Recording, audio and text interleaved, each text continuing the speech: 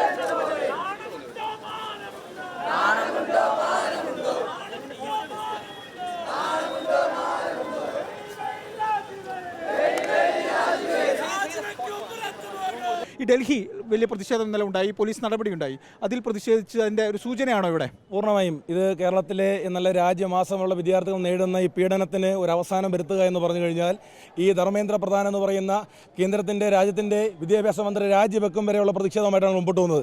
കഴിഞ്ഞ നിരവധി ദിവസങ്ങളായി നിരാഹാരം കിടന്ന് മുട്ടിലെഴിഞ്ഞ ഇന്ത്യയിലെ യുവാക്കൾ തെരുവിലിറങ്ങിയപ്പോൾ അതിനെ പുച്ഛത്തോട് പരിഹാസത്തോടു കൂടി നോക്കിക്കാണുന്ന ദിവസം ഉണ്ടായി. എന്നാൽ കേരളത്തിലെ വിദ്യാർത്ഥികൾ സംഘടിച്ച് തെരുവിലേക്ക് ഇറങ്ങിയപ്പോൾ പരിപൂർണ്ണമായി അവർ അടിച്ചമർത്തുന്ന കാഴ്ചയാണ് നമ്മളെല്ലാവരും കണ്ടത്. കഴിഞ്ഞ ദിവസം രാഹുൽ ഗാന്ധി ആ സമരത്തിന് നേതൃത്വം കൊടുത്ത് ഏറ്റെടുത്ത് അദ്ദേഹം മുമ്പോട്ട് വന്നു. എന്നാലൊരു ചർച്ചയ്ക്ക് തയ്യാറാകാതെ അദ്ദേഹത്തിനോട് എന്താണ് ഇതിന് പരിഹാരമെന്ന് ചോദിക്കാതെ അദ്ദേഹത്തെ വലിച്ചിഴച്ച് തെരുവിലൂടെ വളരെ മൃഗീയമായി മൂക്കടക്കം ഇടിച്ചു പൊട്ടിച്ച് കേരളത്തിൽ നിന്നുള്ള എംപിമാരെ കഴുത്തിന് കുത്തിപ്പിടിച്ചെടുത്തുകൊണ്ട് വന്ന ഒരു സാഹചര്യമാണ് കഴിഞ്ഞ ദിവസങ്ങൾ കണ്ടത്.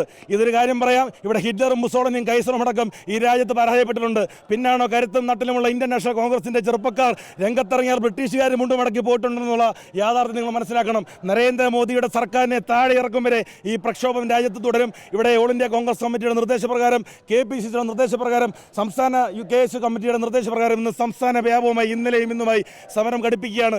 ഈ വിഷയത്തിന് അവസാനം കണ്ടുകൊണ്ട് ഈ രാജ്യത്തെ വിദ്യാർത്ഥികൾക്ക് നീതി ലഭിക്കും വരെ ഈ സമരം തുടരും. ഇന്ന് ഇതിൽ നിന്നും നമ്മുടെ ഒരു ജനാധിപത്യ മര്യാദ എന്ന് പറഞ്ഞുകൊണ്ട് പോസ്റ്റ് ഓഫീസിനകത്തേക്ക് ഞങ്ങൾ തള്ളിക്കയറാതെ, എന്നാൽ ബാരിക്കേഡ് ഭേദിച്ചകത്ത് കയറിയിരിക്കുകയാണ്. ഞങ്ങൾ തെരുവിലേക്ക് ഇറങ്ങുകയാണ്, റോഡിലേക്ക് ഇറങ്ങുകയാണ്. ഈ സമരം തുടരും. എന്തായാലും പ്രവർത്തകർ പോസ്റ്റ് ഓഫീസിൽ നിന്ന് പുറത്തേക്ക് ഇറങ്ങിയിട്ടുണ്ട്. നിലവിൽ റോഡിൽ കുത്തിയിരുന്നുള്ള ഒരു പ്രതിഷേധമാണ് പ്രവർത്തകരുടെ ഭാഗത്തു നിന്നുണ്ടാകുന്നത്. വലിയൊരു പ്രതിഷേധം ഹെഡ് പോസ്റ്റ് ഓഫീസിന് മുന്നിൽ ഇപ്പോഴും KSU തുടരുന്ന ഒരു സാഹചര്യമാണുള്ളത്. നിരവധി പ്രവർത്തകർ എത്തിയിട്ടുണ്ട്. അവർ പ്രധാനമന്ത്രിയുടെയും ഒപ്പം തന്നെ വിദ്യാഭ്യാസ മന്ത്രിയുടെ ഉൾപ്പെടെ കോലം കത്തിക്കുന്ന സാഹചര്യമുണ്ട്. ഇപ്പോഴെന്തായാലും എന്തായാലും റോഡിൽ കുത്തിയിരുന്ന് KSU പ്രവർത്തകർ പ്രതിഷേധിക്കുകയാണ്.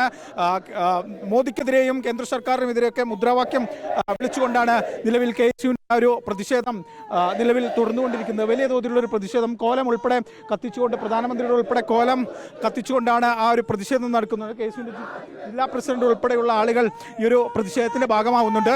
എന്തായാലും ഈ ഡൽഹിയിലുണ്ടായ സംഭവത്തിന്റെ ഒരു പ്രതിഷേധം തന്നെയല്ലേ നമ്മൾ വലിയ തോതിൽ? അത് പ്രിയങ്കരനായ ശ്രീ രാഹുൽ ഗാന്ധി അടക്കം അറസ്റ്റ് ചെയ്തതിൽ പ്രതിഷേധിച്ചുകൊണ്ടാണ് KSUവിന്റെ കൊല്ലം ജില്ലാ കമ്മിറ്റി പോസ്റ്റ് ഓഫീസിലേക്ക് മാർച്ച് നടത്തിയത്. ഒട്ടനവധി കേന്ദ്ര സ്ഥാപനങ്ങൾ ഇവിടെ ഉണ്ട്. ഇതൊരു സൂചനാ സമരമാണ്. വലിയ ശക്തമായ സമരവുമായി ഞങ്ങൾ മുമ്പോട്ട് പോകും. എന്തായാലും ഇതൊരു സൂചനാ സമരം മാത്രമാണ്. ശക്തമായ സമരവുമായി മുന്നോട്ട് പോകുമെന്നാണ് KSU പറയുന്നത്. വീഡിയോ ജേർണലിസ്റ്റ് വിനയ് രാജിനൊപ്പം റിപ്പോർട്ടർ AV ജയശങ്കരൻ, റിപ്പോർട്ടർ കൊല്ലം.